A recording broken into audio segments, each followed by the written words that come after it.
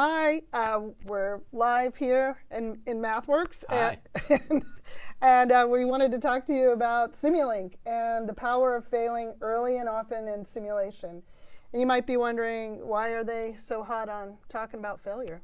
Well, there's a lot of power, and the key is failing early, Yeah, right? yeah. You don't want to fail too late, right? Yeah. When you think you're close to done. Yeah, right? that would be bad. So early failure is good, so you could find problems as soon as possible and fix them. Right.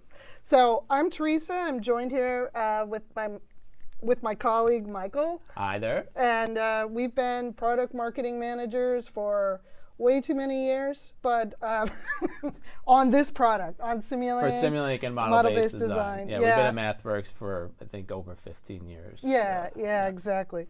So we wanted to talk to you about failure, and the first thing we have is a pretty fun video from the DARPA Robotics Challenge. This is kind of meta, YouTube, showing YouTube videos. But this is a YouTube video from IEEE showing the DARPA Robotics Challenge. And as you can see, we have some possibly late failures going on where, it's not high stakes during the robotics challenge, but I'm sure that the folks who worked on these robots did not want them to crash. And yeah, robotics, these robots, it's a bit safer, but in other applications, you might have some major problems if you have hardware fail. So you want to avoid this if you can with simulation. I just want to point out before we get to the next part is we are going to be taking questions as we go through this. So by all means, any questions that you have or comments, just put them in the chat, and we'll have certain points in here where we're going to stop and take your questions. Yeah, great. So so we got another video, this one by us, of a robot failure going on during simulation. And we just want to highlight failure in simulation, less expensive, saves you time. It's something that we see all the time. This is why people simulate with Simulink. Yeah, the more you can work these things out as in the early stages, the easier you're going to make it on yourself later on. Yeah. And we have a user story to highlight this. This one's from, I'm going to mispronounce it, Aether Energy, I believe. I think that's right. Yeah. Okay, good. But they have a great story of developing these scooters and the charging station using model-based design, which is awesome. And they're a small startup. They didn't have the time, they didn't have the money or the people to build prototypes. So they used model-based design to deliver a full-featured scooter in a short amount of time. And I like this story because a lot of times when we talk about Simulink and model-based design, we're talking about huge companies, huge systems. But this one is a lot more, it's a complicated system, but it's not. Yeah, we've got examples kind of across the board, startups all the way to large enterprises in a bunch of different industries. We'll get into that, I think, a little later on, too. So let's talk. Actually, right here. Yeah, here we go. So a lot of industries rely on simulation and model-based design. For instance, aerospace and automotive, that's the very large companies. They're working on really complex, usually hybrid systems with hardware and software components. And model-based design lets them do simulation early. And also, we see it with people working on communication systems and electronic systems. It's obvious that you can do this sort of communication modeling in Simulink.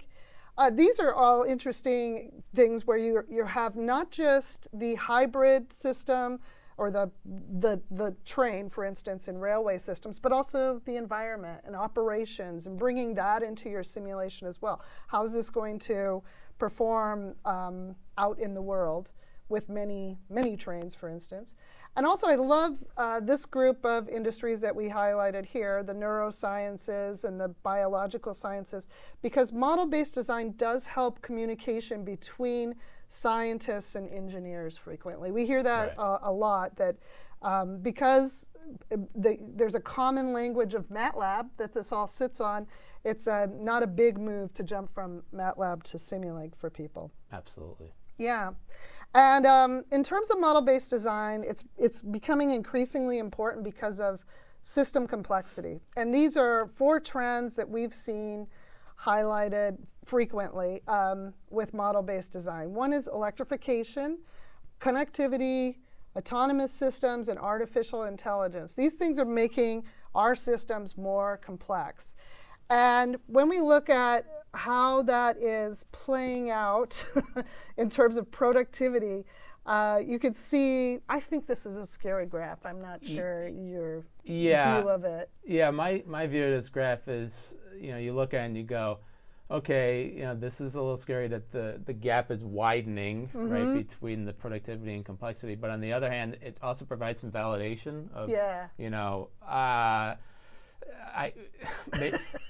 things are definitely getting more complex out there. So it's just doing the things that were done even 10 years ago are not going to fit the bill with the increasing complexity here. So got to figure out how to get better at doing things more efficiently. Yeah, and we see it if we look at just news articles all the time too. Like here's a good one where Jaguar Land Rover is saying that the autonomous vehicles need 1,000 times more computer code and testing. Getting into testing these systems, it's very difficult the more complex they get to do some sort of automated testing of these systems. Yes, automated testing and as early as possible, again, just to keep don't save it all till the end. Till the end. Yeah. So we have this poll we wanted to run, hoping this will work. Which of these trends are you facing in your industry? Are you looking at electrification, complexity, autonomous systems, connectivity, artificial intelligence? And if you have like other things you would like us to know about, or you want to share some other trends that you see, that would be great. You can put those. Yeah, just put them in the chat, and we could use that for discussion, talk about that. So yeah, please enter in your experiences so far. So first opportunity, we'll again monitor questions that you might have coming in or any comments that you have. But maybe for now, you want to switch over? Yeah, switch over to all right to my screen. Yeah. Ooh, there we go. I'm seeing some change. Okay. All right. All right.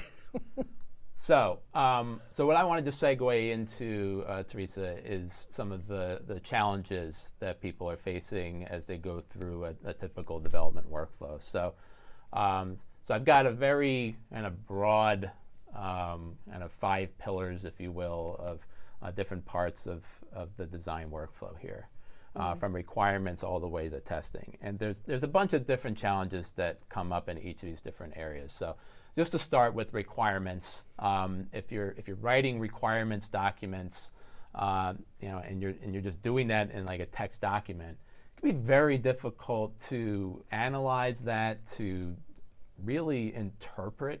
I've gotten those wrong before. Yeah. I would hope that if you're writing your own requirement that you can interpret your own requirement, but most times. Well, you give me 5 years and I'll. Right. I forgot what that was. Oh, that's true. Yeah, your past self might not be the same as your current self. But if somebody else is writing the requirement, right, and then it gets passed over to the engineering team or the design team, right, there could be some ambiguities there. In fact, I think most times there are, right? Yeah. So analyzing that, and then if things change later on, and requirements, they do. You get kind of your best guess in the beginning, but things change, as we know, right? Yeah. So how to manage that as you go forward can be a challenge. Moving to the next part, with creating specifications from your requirements. Well, first off, if you're using paper specifications, there's all kinds of challenges and problems fraught with that. I think a lot of folks have moved on to using software for specifications. Yeah. But I think you made this point in conversation earlier with me last week, which was, well, what if you're using the software specification like a paper specification? Right? Yeah, exactly. Like I've been guilty of that one. I've got it here, but. and you're not really taking advantage of what the software can provide for you, right? Yeah. So if you do it and you forget about it, you're treating it like a paper spec. yeah, and then you're going to have the same issues that you have with the requirements. All right, so now, if you go on to then design, you go, okay, I got my requirements, I got my specifications, let's start doing some physical prototyping. Yeah. Well, if you do only physical prototyping, and actually just at the beginning, first off, you're not going to be able to get complete behavior with a physical prototype. You're limiting your design space with the hardware that you can procure, right? Yeah, yeah. And it could be expensive to procure that, and you might have to wait to get certain items. Hopefully you have everything in the lab that you need, but I think a lot of times that might not be the case. Usually not. And then if, like we saw in the robot, right, it just kind of, it falls. Okay, hopefully it's just like a minor thing, but if something overheats or something melts or things get disconnected, that's going to prevent you from doing like rapid iteration types of things. All right, so then if you move on to then implementation, this is where a lot of coding types of things take place. I'm going to write some code. So I'll just say for me personally, I'm an engineer by background. I am not a coder. Yeah. So I'm the opposite, though. Right. So that's why I was saying just for me personally. So for me personally, writing code, I'll get the job done.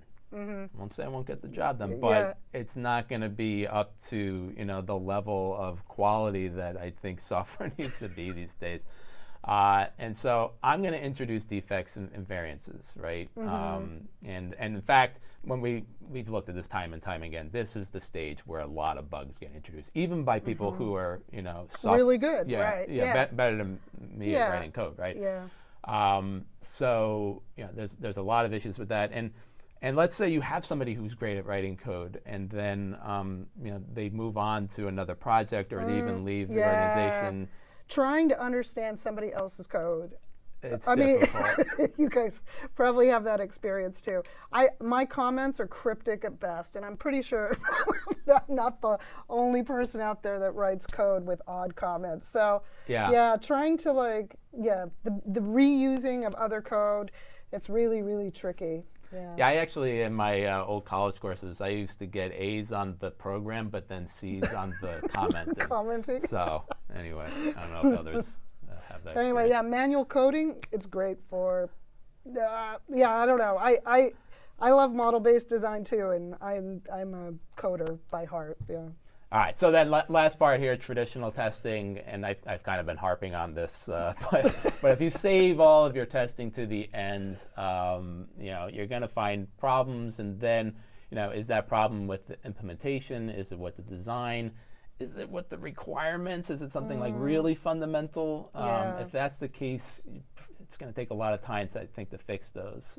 So Again, we found this. Any bugs that are found at the very end of the design process are the most expensive to fix. Yeah. Hey, look, we got the poll results. Oh, yeah, awesome. Great. These are really interesting. So most folks here dealing with autonomous applications and electrification. Yeah. That's what we're seeing here. Yeah, honestly, that matches kind of what I hear generally. Yeah. But I think those create like the most complex systems. So. And I think the things we're going to show here in the examples is going to hit on that. So, So that's great. And we actually have a new poll question here. So thanks everybody for answering. This is the last poll, so we only have two. So we want to know where you're having the most challenges with this workflow. Is it the specifications? We've kind of combined requirements and specifications in one. I find writing requirements easy. Yeah. That's usually, but maybe you don't. So maybe in the comments, if you're like, I don't find it that easy, then because I think pie in the sky requirements are easy to come up with. Right, it's actually hard to specify. Doing the implementation, right? But hey, some folks might have challenges in other spots. So we want to hear from you, where you have the most challenges. Okay, so far I've kind of we've been talking about a lot of different challenges. Let's start talking about some of the solutions that we have to offer, and really it centers around what we call model-based design, which is where you systematically use models throughout the development process. Yeah. So the model kind of acts as a connective entity, so that as you go to these different phases, requirement, specification, design, implementation, and test, you have a digital thread that keeps everything connected throughout. Yeah. So for example, if I create my model, okay, I could link from that model to specific, like different parts of the model. I can associate requirements with that. So now there's much less ambiguity as to what that requirement was talking about, because I could associate it with a part of my model.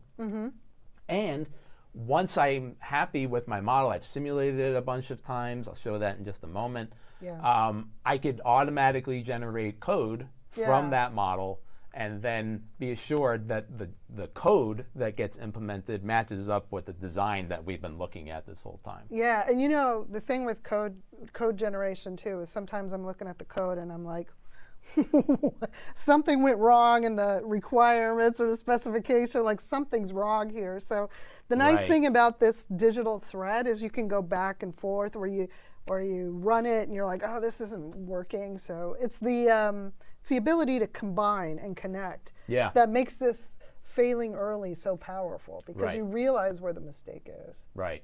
Yeah. Yeah, even in the generated code itself, you could see the requirement associated with that code that got generated. There's traceability. It's all the linked back. Yeah. Wow. Okay. Well, that was that's good. So what I want to focus on here, just in this beginning part, is the first part, and really focusing on the design end of things, and in particular modeling and simulation. Yeah. Okay. So I'm going to make the statement here that if you're not doing system simulation, you're not truly taking advantage. You're not really doing model-based design. Would you agree with that? If you're not truly, if you're not running simulations, are you really doing model-based design? I agree. You need simulation. Otherwise, you're kind of hoping for the best. Yeah. Sort of. You have the model, so run it and make sure that it's. I do know people who have a model, generate code, test it without running it, but you're losing so much doing that. You're losing so much of the value that model-based design provides by not hitting the run button. So I'm just going to show that. We've shown a bunch of slides here. So I want to get into the product a little bit. I'm sure you guys are grateful for that too. All right. Although I think we had a great PowerPoint presentation. It's fantastic, so far. but as good as PowerPoint can be, there's nothing like showing the product itself, right? Yeah. So okay, what I've got here is a model. This is in Simulink, showing an HVAC system. Okay. Yeah. Now, just in full disclosure, I am not an HVAC Neither engineer. am I. Okay. However, that's one of the reasons why I wanted to show this. Yeah. It's because even not specializing in HVAC, or I mean, I was a mechanical engineer, so I learned the basics. But I could look at this model and understand what's going on. Okay. So we have moist air. Okay. That's going through an evaporator. Yep. Okay. The air can be refrigerated, right? Yeah. If I've got the AC on, it's going to go through this blend door, which is a way basically to control the amount of heat that's getting added to the air, right? Okay. So it goes through this heater core. So the blend door is kind of like your control mechanism. Yeah, I was about to say a controller. Yeah. Right. Okay. All goes through a duct right. into the cabin, Okay. right? And the environment is involved, and there could be some recirculation. So what's great about this is, like, imagine if I were to give you the code representation of this, right? Yeah. Now you eventually, I think, be able to figure it out, but right, the power of this is not only can I pick this up right away, but then your team members, your manager, right? Hey, what's going on with the design? Where are the issues that you're running into? You don't have to spend so much time going through and trying to interpret everything. You can dive right in, and see it. Now, the other powerful thing of this, of course, is this run button up here, right? Yeah. So I could start simulating the model, and there's solvers underneath. So these blocks that I'm showing here, these aren't just rectangles and lines, right? There's code and mathematics behind everything in here. Right. So that's really the power of this. But do I have to, well, I guess you're going to show it. I guess I can have blocks that have my code in it, but I don't have to provide the code for those blocks necessarily. No. So a lot of these blocks, actually, let me just show real quick. Oh, sorry, I there's, interrupted you. Yeah, no. Where'd that go? Okay. Oh, there it is. I just wanted to show when I simulated it. There's some simulation results. We'll get into this in just a moment. Oh. But I just wanted to show that when I ran the simulation, there's actually some output data that came out. But okay, to your point, do you have to like create all these blocks yourself? No. So this is the library browser. There's lots of different products and applications that we support. I have the good fortune of having access to all the products working here. So, yeah. But anyway, where a lot of these blocks came from, I'll just type in moist air, is from. Oh, there you go. Yeah, I just didn't press enter. Oh.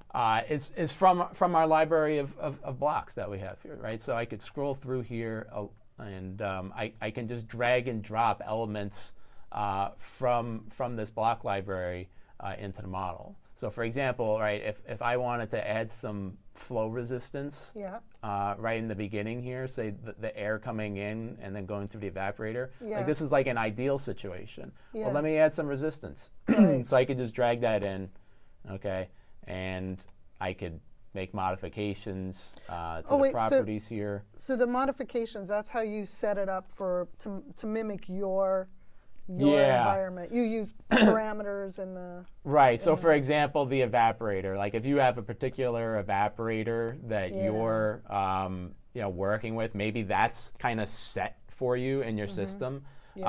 Okay, so you can enter in the different properties based on the specification sheet in here. And making sure that it matches up with the specifications that are in the evaporator that you're particularly dealing with. So everything is kind of customizable in that way. The other thing I just want to show, so the power simulation. So I just ran that simulation. You saw the results. What if I wanted to like see what would happen if like the blend door here just kind of failed? Right? Well, I could just do that pretty easily within this model by selecting these. Okay, I'm going to drag them out. I don't want to lose it because I'm just kind of doing an ad hoc kind of thing. So it's like with code, you could comment out code. I'm just going to comment those blocks out. Yep. Now I'm going to drag that just to make sure there's a connection. This is just giving me a little tip. That's fine, I don't need that right now. And now I'm going to rerun the simulation. Now, it's funny you called it a tip. Sometimes I get angry at that thing, but what do you? Sometimes it's an error I made showing up there. It's a notification. All right. So yeah, I mean the first time anyway. Yeah. So okay, that's finished running. Yeah. And by the way, as that was running, it was recompiling because I changed the structure of the model so that. It had to do another compilation. Again, just like there's math and code behind all of this automatically, right? So it just handled that, and now I can view this data. It's just a resolution thing. Just give me a sec. Oh, there you go. All right. So now I can look at the temperature. Yes. And by the way, this is all in Celsius. Okay, so that's 50-something degrees Celsius, which is pretty hot. It's like over 100 degrees Fahrenheit, right? Yeah. So if I want to, I could also do a comparison. It's hot here in Massachusetts, too. Right. Just joking, it's not hot in Massachusetts. Yeah, not yet. It'll get there, and then everybody will complain about how hot it is.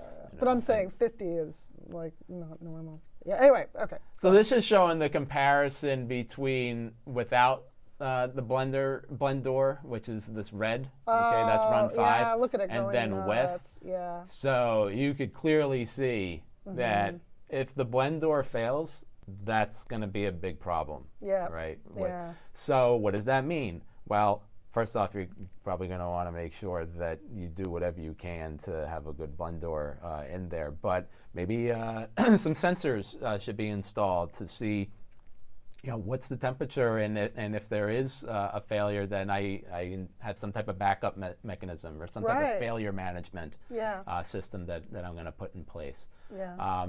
So, I mean, there's all different types of things that you can do to see, like, well, what happens if this scenario happens, or this one, or what if I change these parameters? So these are all things that you could do with simulation, and you can inject these types of failures, if you will, and fail early and often, right? Yeah. Without actually failing the hardware itself and melting boards and dealing with that type of stuff.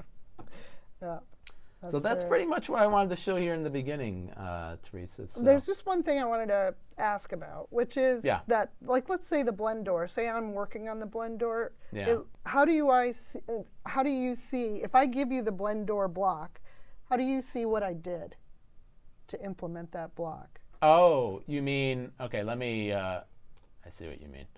Yeah, I don't think I have to uncomment it, but I just will here. But there's this, you talking about, like, I'm talking about the little arrow here? Look under the mask. Yeah, so this is a masked block. So that means if I double click this, I'm going to see a mask, which is essentially what we see here. And I could, without going deep into the component, I could just change parameters from this UI. Yeah. But to your point, let's say, well, I want to see, what did he actually implement? Yeah, I don't trust this. Yeah. Right. Well, you could go into it and see it yourself. Now, you could hide this also. We have, like, ways to, like, protect models and stuff. So if you're concerned, like, IP, you're sharing with somebody else, a customer, a supplier, somebody that you're working with, that you want to restrict viewing to these things, you can do that. But if it's just you and I working on the same team together or whatever, you could just see it that way. Yeah. I do like the white box approach. So for me, I like the fact that I can dig deeper if I want to on how these things are implemented. Yeah, exactly. So for me, just looking at it, I could see at a top level what's going on. But if I want to dig down into what's happening in each component, I could do that with these different masks. Yeah, I'm just seeing the poll results right now too. It looks like designing the system, that's half of you guys struggling with that part of the workflow. Right. Which, Yeah. So hopefully some of the things that you just saw here are you could kind of take away, like kind of extensions of this, like the types of opportunities and the possibilities with using a tool like this. Not having to create everything from scratch, having kind of a starting point. We have one thing we didn't mention yet. We have a lot of different reference examples within our documentation. So, I mean, you search for the application that you're working on. We have starting points for a wide variety of different things. So that's often what people will do is they'll open an example like this. And okay, you got me, like, part of the way there. It's not just a blank slate and good luck. Right. So anyway, we have a bunch of examples to help you along. You know what else? We have MATLAB answers. Not answers. I'm sorry, file exchange. File exchange. Well, that goes hand in hand. Yeah, people put up stuff there too. Yeah, a whole community of folks that help out. Okay, so I guess we'll switch. I think I'll hand it back to you, Teresa. Yeah. That's right. I'll go. Okay, so I guess I'm gonna just. Okay, there we go.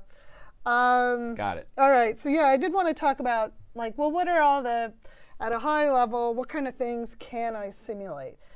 So we have a lot of support for different semantics at a high level. Like, you can create continuous time models, like system dynamics, which is probably the most common. Discrete time models, which would be like a DSP or a computer vision system.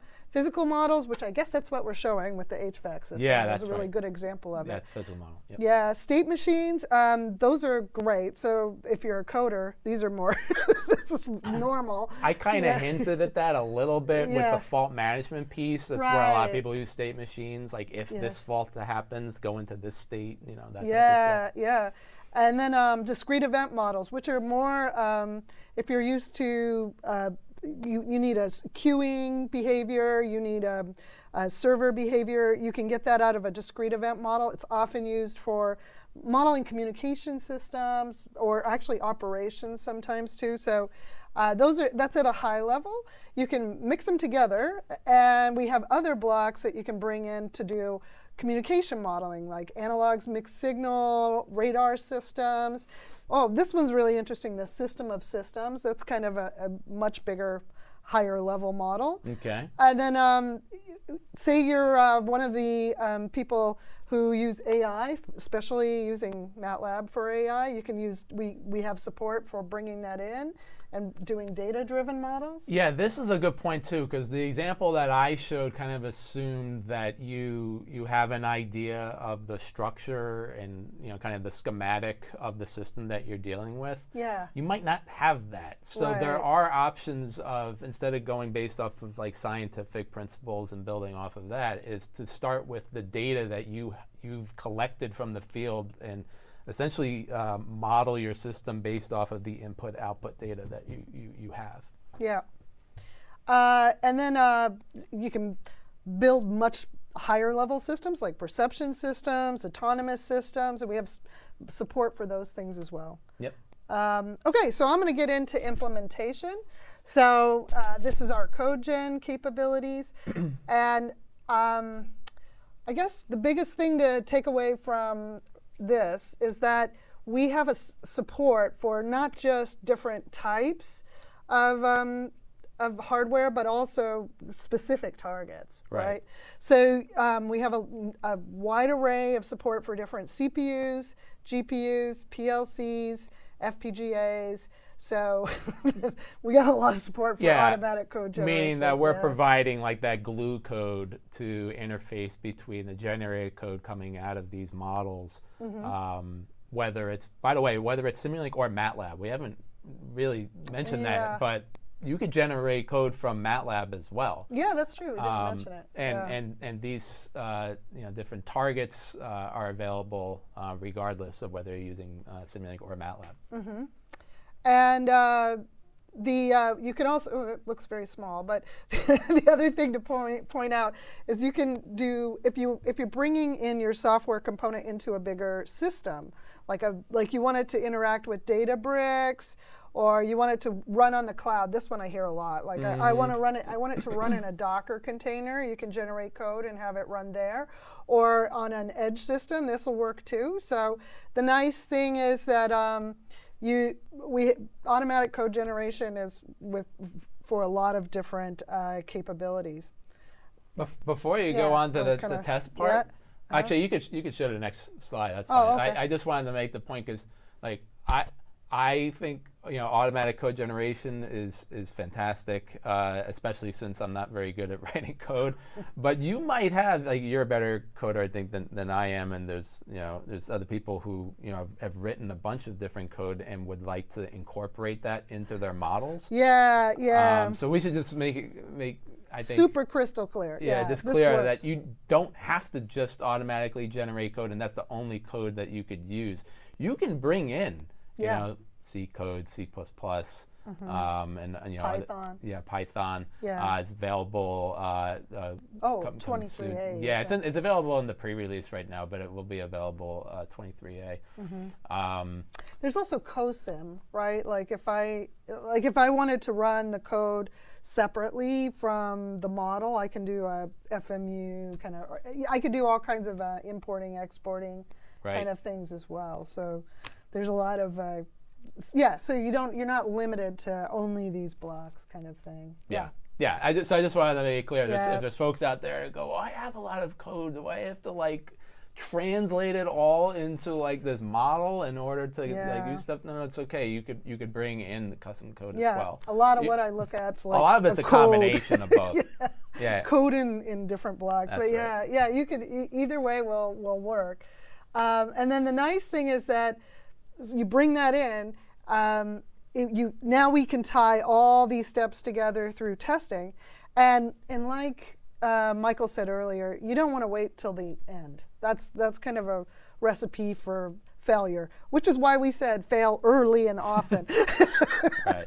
So you get success at the end rather than failure at the end. So you could do a lot of different things for finding defects sooner. One is just making sure that your requirements are covered by the model early on, your early specifications. Then once you have a design in Simulink, you can hit that run button. You can find defects at that point just through simulation.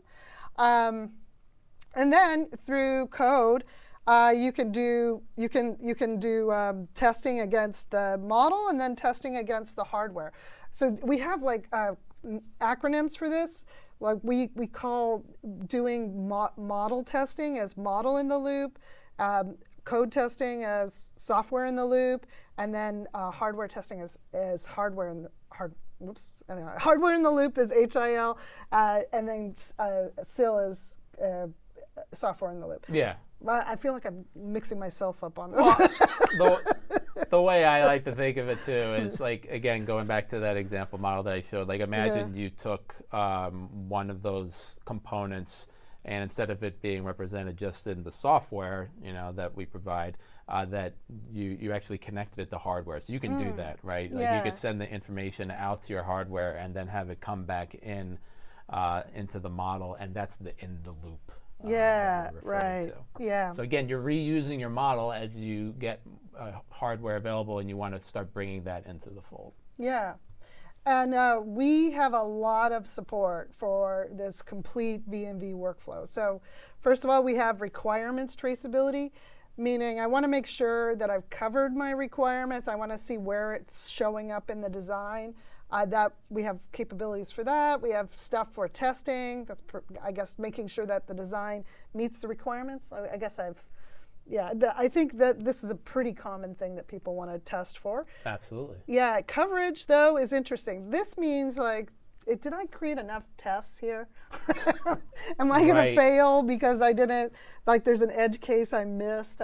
So that's a coverage sort of situation. I had a project when I first started working at MathWorks where I needed to see if we were getting full testing of a system that we were making available as an example, and we were testing the logic of it. And we didn't have a way to generate tests or do a lot of this. So that must have been back in the day. It was back in the day. So I really appreciate all the different things that we have here, because I got to experience what it was like before we had these capabilities. And when we had the capability to automatically generate tests and then get a coverage analysis of that, we actually found out that there were parts of the design where it was impossible to access that part of the logic. It was essentially dead logic. Oh, jeez, yeah. So that's important to root out too, is if you've got this code that you wrote that is never actually going to get accessed, and you haven't really tested it, that could be a cause for failure as well later on. Yeah. And then the formal verifications, I just want to jump back to that one quickly. It's just making sure you're verifying that the design is fully meeting requirements. Standards compliance is like MISRA C standard kind of compliance thing. You also have that there under static code analysis, but you want to make sure that you're matching whatever standards like ISO to, I don't know, I got 2 something or other, 4 numbers. That's your standards compliance. And then, like we said, MIL, SIL, PIL, and HIL, that's all supported. We got a question. Yeah. Can MATLAB create system modeling from custom code and convert it to Simulink? Oh, that's an interesting way to look at it. So you can bring custom code into Simulink. You can bring MATLAB code, for that matter, into Simulink pretty easy, too. So I'm not sure what system modeling means in this case. I assume it's meaning a Simulink model. Can MATLAB create a system model? Yes. Oh, okay. So let me answer that question. Yes, it's all, you can do the whole thing programmatically. So you can create blocks, you can place blocks, you can put signals together. You can do that whole thing via a program. So the conversion's actually super simple. Yeah, maybe when you show the example, just real quick, you could show like bringing in a MATLAB function block and just seeing that you could write MATLAB code in the Simulink model itself. Yeah, but I'm thinking more like APIs. You can go into MATLAB, use the Simulink APIs, and create a way. In fact, I've created some models that, because I was trying to get a giant model for an example. Yeah, I've done it that way before. It works. So it's so we'll show that in just a moment. So hang on to that. Yeah, that's a good one. Oh, in fact, here's the example. There we go. Yeah. So let me bring up this demo. Oop. Oh, well, I was gonna. Okay, there we go. Great. So this is a good example of how testing tends to work in Simulink. So this is a very simple example where we've got a shift controller. This is that state logic you were talking about. Right. And a vehicle model. I'm just going to quickly give a little hint as to what's in the vehicle model. So you can tell we're focused on the throttle, and we've got an engine model, and we have the transmission here. And then we have like a generic vehicle model that which again is masked because you could see it from that. Yeah, you could get into that as well. But we have a vehicle model here, and we're bringing in brake and throttle data into our vehicle model. That brake and throttle are coming from external. We're also sending the throttle data into the state flow chart. And then here, if I look at the controller that we've got set up, we're looking particularly at gear state and the switching from first, second, third, and fourth, and selection state, right? So what kind of, for my throttle, which kind of state am I in based on the gear? So if I have a model like this, I can use automatic test generation to create. Oh, that's sorry. I got fascinated by my own computer there for a minute. So I can create tests and a test harness. And what the test harness will do, I don't have to always create a test for the entire model. I can pick a part. Right. And let me go back to that. I'm getting myself a little ahead of myself on that one. If I want to create a test harness for this, I can right-click on this piece, right? And I can say I want to create a test. Well, I've already created it, but I could say I want to create the test harness for this part of my model. This is exactly what I was talking about, that I didn't have this capability available to me right away. So I was manually creating tests based off of what I thought was a good test. Yeah. And trying to exercise it as much as I could. Yeah. So this makes it a lot easier. Yeah. This is a way, like if you have hundreds of these, you can pick them out one at a time and test them and do unit tests this way. And then you get something like this, where you have your test sequence, like what's set to what as I run this test sequence, and what's the next step from here, right? So here's my transition, and here's my next step. So if I run this, once again, we're seeing simulation in action, right? So simulation is letting me test and run my unit so I can make sure that it's all working as planned. I can go to your handy dandy tool, the data inspector. Yeah, view data. Yeah, and I can look at my speed, which I've got here, and then I've got certain tests set up that I want to check, right? Am I over speed or not based on this test, and this test. And you can see I've passed here, but yeah, there's a failure here. Certain parts of those failures. Yeah.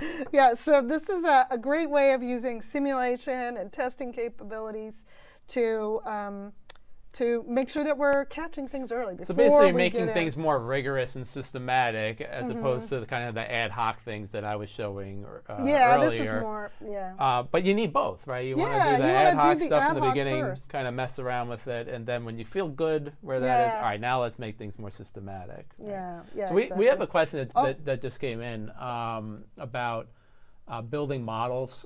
So the question is, can MATLAB build models for small subsystems with individual components? For example, hydraulic pressure relief valve, a spring, valve seats, and so forth. Yeah. The answer is yes. The different components that are available in the library are good starting points to get that going. If you need something that's even more detailed at a certain level, you could build that up from kind of the more fundamental blocks that are available. But I think the majority of things that you listed there are actually available within it's our Simscape product family has a lot of those different physical components available. But you're always welcome to build your own, right? So most of these you're not limited to what we have available. So this is a good example. If I go under that vehicle model, you can see this is a high level mathematical model of how they think the car is going to respond. Yeah. And this is just things building up on top of each other, right? And maybe this is also a good opportunity to show if you're dragging a MATLAB function block just to show, because there was that question of that. Yeah. You can create models based off of either just in Simulink. Oh right, sorry. Or just type in MATLAB function up with the search. Okay. Well, okay. Or under user-defined functions. Yeah, let me try this. Actually, that's good, because then that'll show kind of different things. Yeah. Right, so you could bring in MATLAB. There's something we called S functions or Simulink functions, which is based off of C code. Yeah. If you're a MATLAB user, this should look pretty familiar. So right, so you can start writing basic, your MATLAB code in here, and then you have y equals u as a starting point, right? Just you have your input and your output, and you could write your code within here, or you could bring in your own custom code that you've written. Yeah. So you have those options available. Yeah. I think we have a you got C function, C caller that supports C++ as well. Yeah. Yeah. These are all very helpful for making it more flexible. Yeah. So it's a very flexible tool. I wanted to bring up something that I hear a lot lately, which is this continuous integration. Sure. So this is a workflow that we hear about a lot, that a lot of people want to do. And we have support for it. So there, usually what we see, at least, is that people are doing this development on their desktops, and then they want to move into something on the cloud to do continuous integration for a much larger system, right, where it's automatically building, testing, packaging, deploying in this continuous integration thing. And there's a lot of data, there's a lot of information out there about this. And I think if you just look up Simulink continuous integration, you'll get the you'll get this link if you type in continuous. Actually, if you type in continuous integration Simulink, there's a lot of different information on there, but that's the one that we're pointing to here. But this kind of gets you to the next level of the systematic testing, right? So there was the ad hoc stuff, right? Then there was like, I'm going to set up a test harness for this particular model in here, right? Now this is getting to, each time I make a change into this design, I want to run it through a whole battery of tests, right? Exactly. So it just depends on the level of maturity you're at with your own development processes, and we could support all different levels. Yep. And okay, so that's bringing us kind of, I think, to the end of the workflow description. Yep. We've covered requirements a little bit. You can tie a requirement to the design, a specification, the design, the implementation, and the integration and testing. I'm in marketing, so I do want to do the what we found that customers get out of doing this. So I've got a few that I took out of the user stories. First one, Airbus. one of the user stories says they cut testing time by 2/3. Right. BAE, they are more efficient than hand coding. That might not be that surprising. Danfoss, it reduced development time by 15% using model-based design, and Honeywell had a 5-to-1 improvement in productivity. Yeah, Pretty so I think you have a impressive. summary here, right? 40 to 50, if you go to. Oh, let's see, sorry, right? yeah, 40 to 50% savings. that's That's usual. Yeah. The average of what we see, a lot of efficiencies gained. Yeah. Using MBD. Oh, and I've got a call. You can get to our user stories on MathWorks.com. So Right, yeah. so you could filter by your own industry that you're working in, your own application area, and we have stories for a wide gamut of different things. And so we're going to leave you with food for thought. Are you failing early and often enough? So, question you can ask yourself. How do I reduce waste in my development cycle? How do I minimize risk during deployment? Yep. Now this one's big. How do I unify my design verification? Because you can see it gets very complicated fast. And how do I improve the quality of my designs? Right, and a lot of that is about exercising the model, Yeah. running simulations, and then going up then to the next level of adding systematic testing throughout, and not waiting until the end. Yeah, to do yeah, all that. absolutely. Yeah. So, time for you. We're wrapping it up now. So, any questions or comments that you wanted to share? We're all ears for, I don't know how much longer, but 5 minutes. 5 minutes of we had too much fun on that one. 5 minutes of questions if you have any. Yeah, so we covered a lot of different ground just as we're waiting for questions to come in. Yeah. I think, are there any other major points that we should hit on? Well, you know what I want to hit on actually now that I think about it? There's training. There's such good training. Absolutely, yeah. Like there's a lot of Simulink courses you can take. There's a Simulink on-ramp. There's free. the on-ramps, thank you. Yeah. Yes, so if you're just kind of getting into this, we have what we call on-ramps available for a variety of different areas. So there's self-paced interactive tutorials. They take about 2-3 hours, something like that, but you could do it for MATLAB, you could do it for Simulink, you could do it for controls, you could AI. Yeah. There's a lot of different ones that are available now. Yeah. I think we have almost like a dozen Yeah, it's at crazy. this point. And they're all free. So they're available. You could use it through your browser. If you already have MATLAB and Simulink, a lot of them are also available in the product itself. So you could do it either online or in the product. But then we do have like kind of if you have a Classes. larger organization and you want to have us come out and go through a kind of a rigorous training session, we have that option available as well. And I think you mentioned consulting services. Yeah, I was going to bring up consulting too. Yeah. But I think consulting's not really when you're first thinking Not about first, MBD. yeah. I mean, you could, but But later on, Yeah. if you have like a big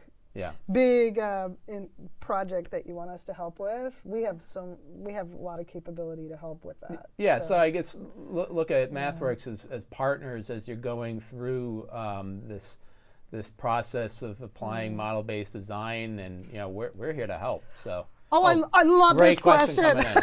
This is a really good one. We all got overly excited about ODE solvers, I think. So, How to choose the correct ODE solver. Hooray. So there's this one can cause all kinds of heartburn sometimes, Right. but the There's nice so many options. We didn't show that in the example, Nope. but there's Yeah, a we lot did of not go different into it. solvers available to choose from. Yeah, and the great thing is there's a new capability if you haven't seen it, which is called Auto, which, oh my God, this changed my life when I didn't have to worry about it. You set it to Auto and it picks the best one. There's a heuristic that we have that it'll examine the goes types through of the whole blocks that you model. have in your model, and it will say, okay, for the best balance between speed and accuracy, this is the solver that we're going to select for you. Yeah. And I haven't run into a case where that is been incorrect or No, me either. Or No, at least it yeah. doesn't do the job for you. Yeah, You still yeah. have the option of changing that if you Yeah. want, but yeah, the idea was don't get hung up on the solver selection, and that's what that feature is all about. Is get to the simulation so that you can get the information that you need from your simulations. Oh, this one's good too. Any suggestions for converting special design elements into models in Simulink or Simscape? Oh, for special design elements. Well, I'm thinking of things, but I think they're getting in the weeds, is what I think I'm getting into. But Right. like, so I assume, and so there's a couple of pieces of this question, like converting from what? I assume you mean code. from code, right? Yeah. I mean, I wouldn't take all of your code and put it in one block. That's my biggest. That's my biggest. Like, That's good can you advice. break it up a bit? Because I think the Yeah, more 'cause- you can break it up, the better it's going to be. Yeah, and you're gonna get more power out of using Simulink as your modeling platform when you do that, right? Because Yeah. if everything is, I've got a Simulink model, and you open it up, and it's like import, big giant box, outport, and it's just a bunch of code in there. Yeah. Then Yeah. I think that's great advice. Yeah. Is to figure out the way to componentize those design elements into particular blocks, like lay it out like you would a block diagram, and then represent that in Simulink or Simscape. Yeah, but maybe that's not what you meant. I'm not sure if you meant by design elements. Also, something else, well, if you're or- using Simulink, start with the mathematical equations, right? And then you could build up your Simulink model from there. Or if you're working on more of like a physical modeling type of system, again, figure out kind of the flow of those different components with one another.